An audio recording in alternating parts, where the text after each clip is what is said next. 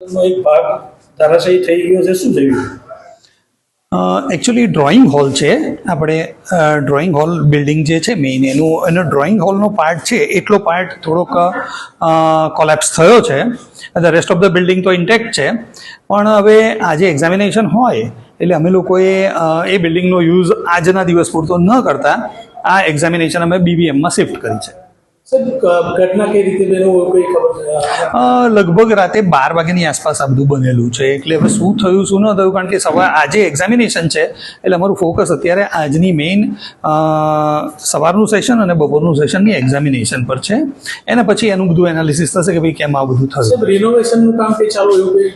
હા, મામૂલી રિનોવેશનનું કામ તો થરલી ઇન્સ્ટિટ્યૂટમાં ચાલતું હતું. સર ગત રોજ પણ આ જગ્યાએ એક્ઝામ લેવાયેલી એવું કોઈ જાણકારી? ના, આ તો ડ્રોઈંગ હોલનો પાર્ટ છે. એક્ઝામિનેશન ક્લાસરૂમ્સમાં થાય છે અને બધા ક્લાસરૂમ આપ જોઈ શકો છો એ રીતે બધા જ ઇન્ટેક્ટ છે, બધું જ ઓકે છે.